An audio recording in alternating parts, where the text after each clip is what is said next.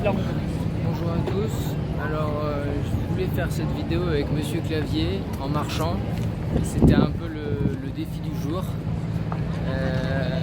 Et en fait je l'ai perdu.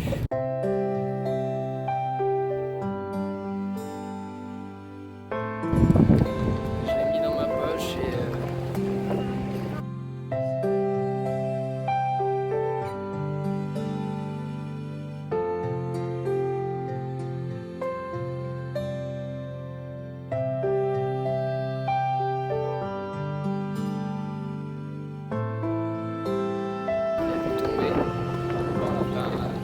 pas Monsieur Clavier, mais Clavier. Le Monsieur Clavier, du coup, il va laisser le bateau passer. Du coup, j'ai pas moyen de faire Monsieur Clavier. Enfin, il peut y avoir Monsieur Clavier, mais c'est son clavier. Du coup, il est difficilement reconnaissable. On va se mettre tout de suite à nos questions, celles qui ont pu m'être posées ces derniers mois et que je trouve plutôt pertinentes. C'est parti.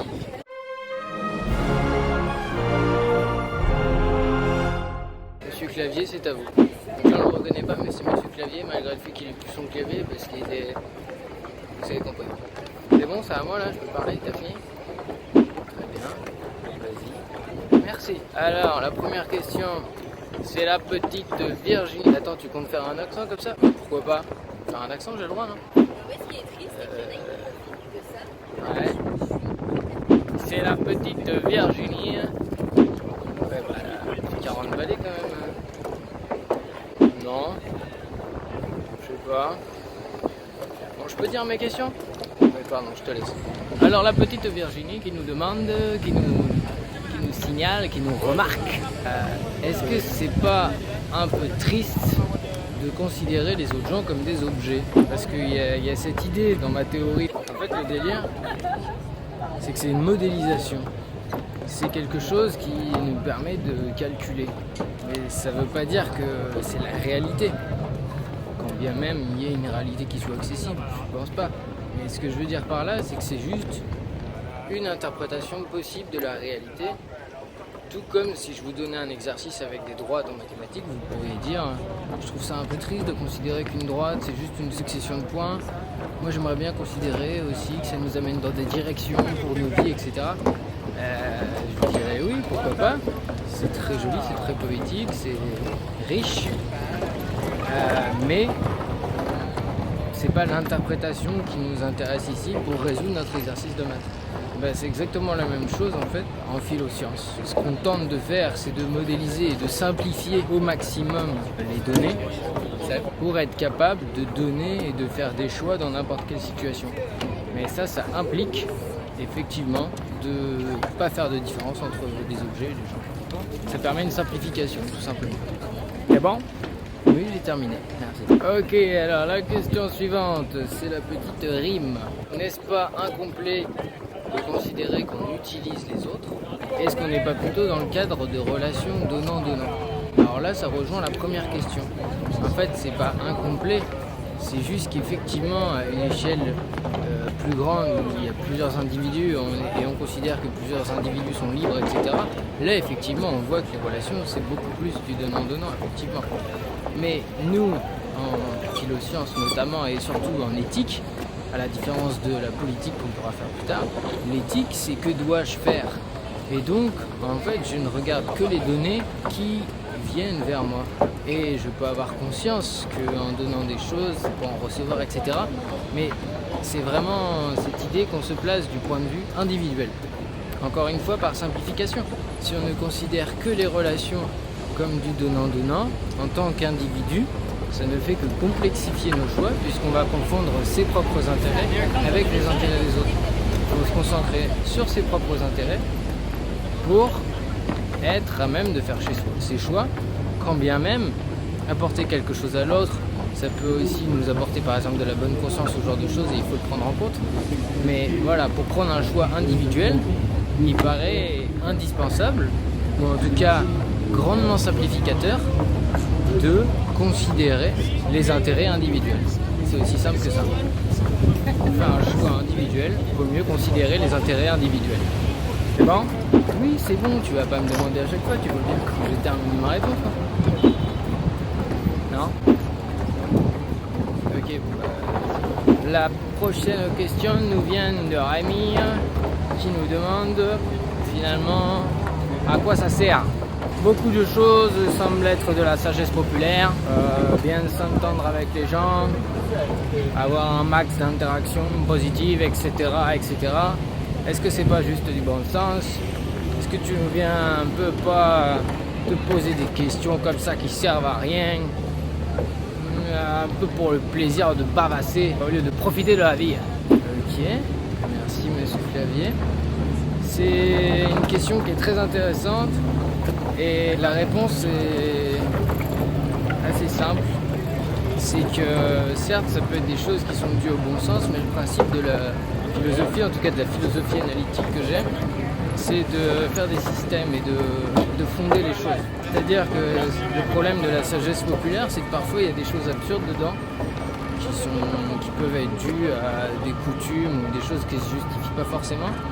Et donc en fait, comment faire la différence entre juste les choses qu'on nous a appris de nos parents qui sont bien, qui sont bonnes et qui font qu'on a effectivement des vies heureuses, et d'autres choses qui sont juste de l'ordre de la coutume un peu absurde, ou de l'ordre de la volonté de contrôle des anciens sur les jeunes. Comment savoir? Comment faire la différence? Et donc c'est là que la philosophie, pour moi, en tout cas philoscience peut intervenir, et justement toutes ces choses qui nous paraissent de la sagesse populaire, ça va faire le tri, et aussi et surtout si jamais on s'aperçoit qu'il y a quelque chose qui est vraiment de la sagesse populaire, tant mieux, mais il est aussi beaucoup plus intéressant de voir pourquoi. C'est-à-dire dire que c'est de la sagesse populaire, très bien, mais quand on tombe sur une personne par exemple qui ne veut pas s'y plier, qui ne voit pas de raison de s'y plier juste parce que c'est les anciens et parce qu'on a toujours fait comme ça, un peu comme dans Astérix Mission Cléopâtre. Pourquoi tu fais comme ça? Parce qu'on a toujours fait comme ça. Et pourquoi on fait toujours comme on a toujours fait? Parce qu'on a toujours fait comme ça. Il y aura toujours des gens pour dire non, démontre-moi en quoi ta solution, ton truc est mieux. J'ai aucune raison de ne pas le faire. Et donc là, c'est pour ça que j'ai décidé d'utiliser des études, etc., au lieu de m'appuyer juste sur les anciens philosophes, et un petit peu de renvoyer tout le monde dans son camp à la fin en disant voilà, ça dépend. Voilà, pour sortir du ça dépend. Voilà, je pense que j'ai répondu à la question. D'accord? Très bien. Ok. Alors maintenant on a pas mal de questions de Stéphane. Attends, c'est moi qui fais les questions. C'est moi ou c'est toi? C'est moi ou c'est pas? Merci. Vas-y, pose des questions. Oui, j'arrive, je vais le faire, merci.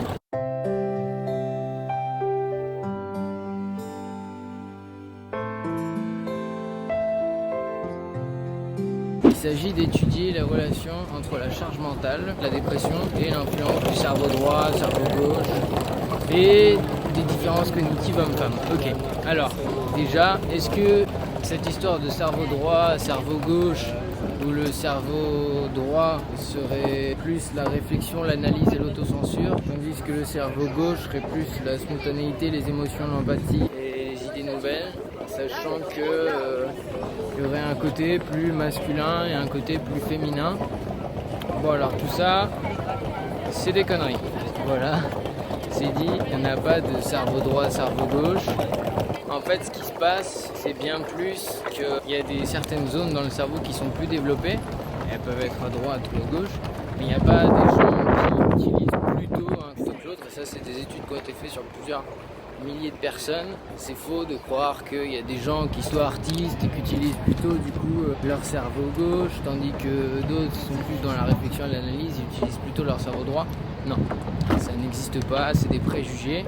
Ça nous vient de loin, puisque depuis Broca, qui avait repéré l'ère de Broca, qui était associé au langage, du coup on avait un peu eu ces préjugés-là, donc Non Stéphane, le problème n'est pas que tu n'utilises pas la moitié de ton cerveau. Peut-être qu'il y a des fonctions que tu as envie d'utiliser plus, mais on ne peut pas simplifier en disant juste que t'es que d'un côté de ton cerveau, c'est erroné. Ça a été montré par plusieurs études. Donc après, effectivement, ton idée de vouloir faire des jeux pour développer ce que tu appelles ton cerveau gauche, c'est-à-dire en fait juste ta capacité à prendre des décisions rapides, ton intuition, bah ça oui, c'est toujours une bonne idée de toute manière, évidemment.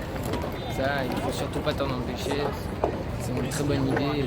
Fais-le, crée un groupe, crée ce que tu veux, mais si t'as l'impression que tu manques de ça, t'as besoin de personne pour te dire qu'effectivement tu peux le taffer quoi. Le logo et le slogan cerveau gauche, réveillez-vous, l'idée de faire un groupe et tout, construire, organiser, bah tu peux le faire, mais je suis moyen chaud. Je préfère faire des jeux quand j'en ai envie.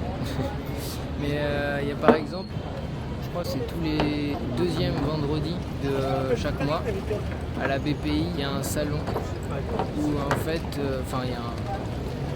il y a des séances de jeux de plateau organisées. À chaque fois, c'est des nouveaux jeux avec de nouvelles personnes.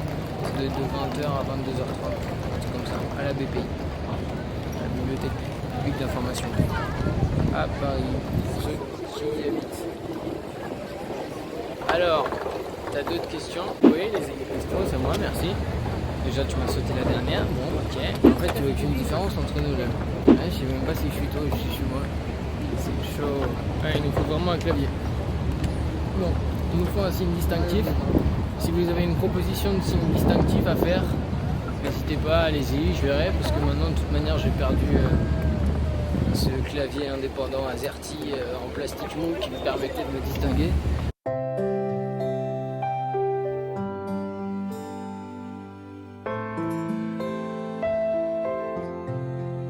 Donc il va bien falloir que je trouve autre chose. Carpe diem, connerie ou bonne idée? Carpe diem, pour moi, ça dépend, c'est parfois mal compris. Carpe diem, ça veut dire que le jour, en fait, c'est une invitation à savoir apprécier chaque jour, et donc plutôt le moment présent, donc plutôt du moyen ou du court terme, plutôt du plaisir de moyen ou court terme. Et parfois, c'est surinterprété en disant peut-être que le plaisir de long terme, peu importe quoi. C'est tous les plaisirs de long terme, l'impression d'avoir un sens à sa vie, l'amour, les relations amoureuses de long terme, etc. Toutes ces choses-là, ça n'aurait pas d'importance. Évidemment, c'est pas ça, parce que le meilleur moyen de profiter de la vie, c'est entre autres d'avoir aussi ces plaisirs de long terme. Et le meilleur moyen de cueillir le jour, comme on dit, finalement d'avoir un bon équilibre entre le court, moyen et le long terme. Donc ceux qui utiliseraient ça pour nous vendre un fake hédonisme qui consisterait juste à privilégier le plaisir de court terme, c'est-à-dire en gros de la cocaïne et des putes, ceux-là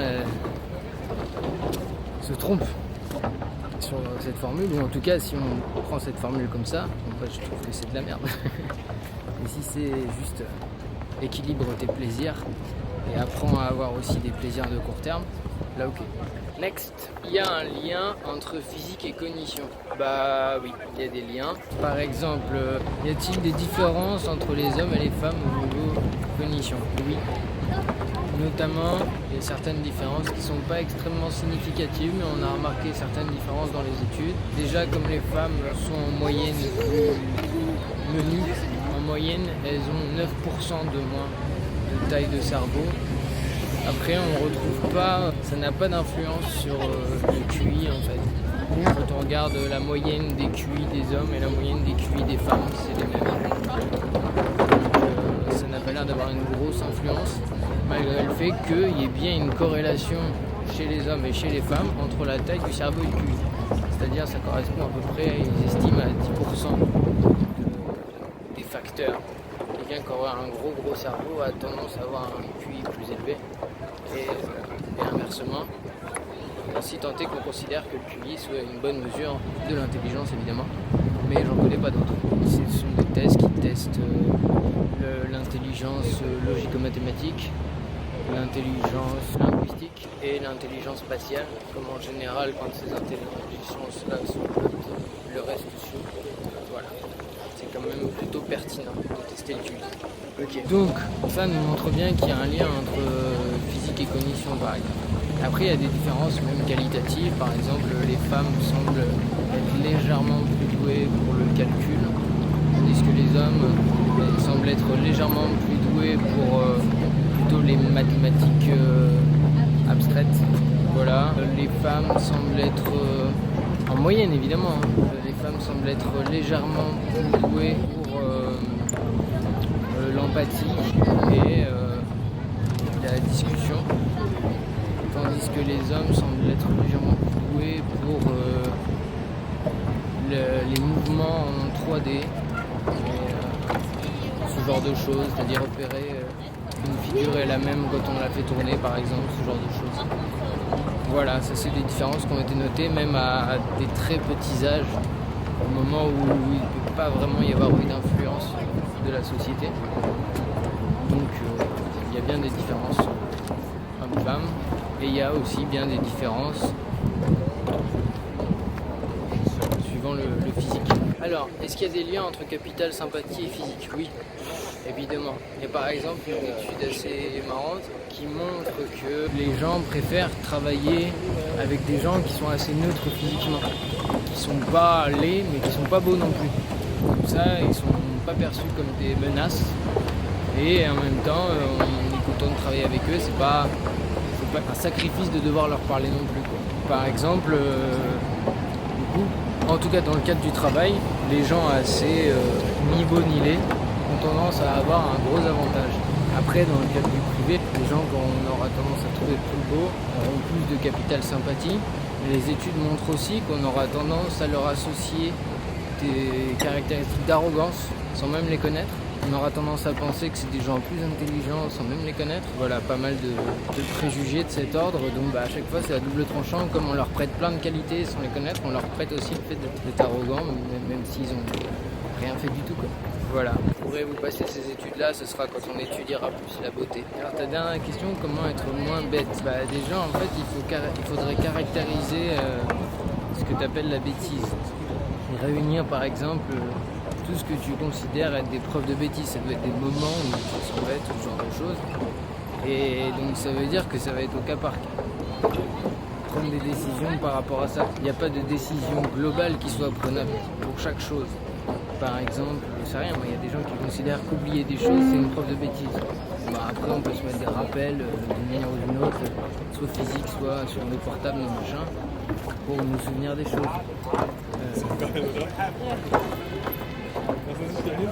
Ça, il y a 1000 choses pour... Malheureusement c'est difficile de parler un peu globalement comme ça. Il n'y a pas une potion magique qui va te faire que tu vas avoir moins l'impression d'être bête. Après il faut être un peu doux avec soi-même aussi, hein. Considérer que t'es bête alors que t'es quelqu'un quand même qui est plutôt malin, cette question est un peu trop générale pour que je puisse y apporter une réponse intéressante, pertinente. Donc voilà, j'ai fait de mon mieux. Merci d'avoir regardé Philosciences et puis à la semaine prochaine pour de nouvelles aventures. Salut!